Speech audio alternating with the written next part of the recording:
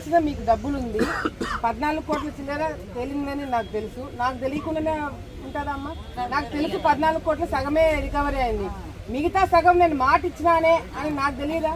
నాకు తెలుసు కదా, ఎట్లా తిప్పించాలో ఎట్లా లాగాలో నాకు తెలుసు కదా. ఏదో తిప్పలు పడతాము. చంద్రబాబు నాయుడుకి ఆల్రెడీ మేము ఇది చంద్రబాబు నాయుడు దృష్టిలో ఉంది. ఆయన మళ్ళీ తిరిగి వచ్చినాడు, విదేశాలకు పోయినాడు, తిరిగి వచ్చినాడు, లొకేషన్ తిరిగి వచ్చినాడు. అసెంబ్లీ కూడా తొందరలోనే మొదలవ్వబోతుంది. ఆల్రెడీ ఫైల్ పైన హోమ్ మినిస్టర్ గారి దగ్గరికి వెళ్ళింది.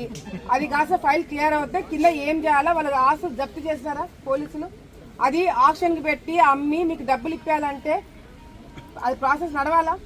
ఇదంతా ఆ 14 కోట్లు వీళ్ళు చిల్లర వీళ్ళు ఏదైతే జప్తు చేస్తారో ఆ 14.5 కోట్లు మీకు అది రిలీజ్ అవుతుంది.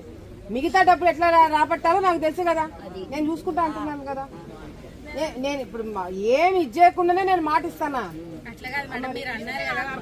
నాకు గుర్తుంది